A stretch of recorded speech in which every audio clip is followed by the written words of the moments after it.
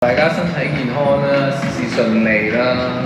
我仍然係希望學校可以放暑假放到去年日班，多謝。希望大家身體健康，希望大家萬事如意。希望大家步步高升啊！拜年嗰啲係啊，我哋都要拜年嘅係嘛？咁但係我哋依家係拖時間環節啦。係啊，隊長已經係好講出咁嘅人生。2026嘅咩目標就係希望一陣間 Longman 可以出 show 嘅時候係順利。2026我希望繼續可以做好自己啦。喺我嘅工作嗰個崗位嗰度就盡我嘅本分，就繼續貢獻呢一間公司咯。係即係都好開心，當然可以喺澳門同大家見面啦。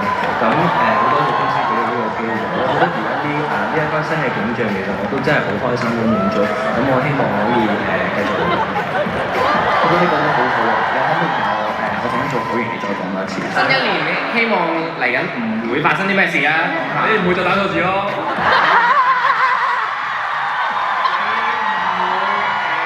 着 DP 咯，因為有啲核突咯，即係唔會着電咪啦。咁其實我交等咧就對於呢間公司咧，其實都好滿意嘅。咁樣咁嚟緊咧，我就會希望可以有多啲嘅啦，希望公司可以開古裝啦。有咩目標啊？希望大家都進步啦，咁希望 AK 可以克服到個飛索同埋畏高呢樣嘢啦。唔使啊，唔使，真係唔使。唔使。咁可以大隻爽啦，咁我就希望可以落到呢個嘅嘢就入啦。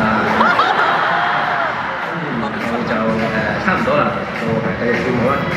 不如我哋講下隊長之後嘅表演有啲咩期望？希望佢除衫，你咧？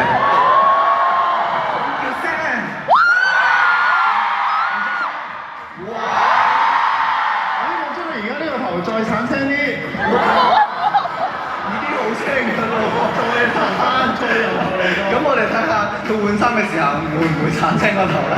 陣間見，打車，新年快樂！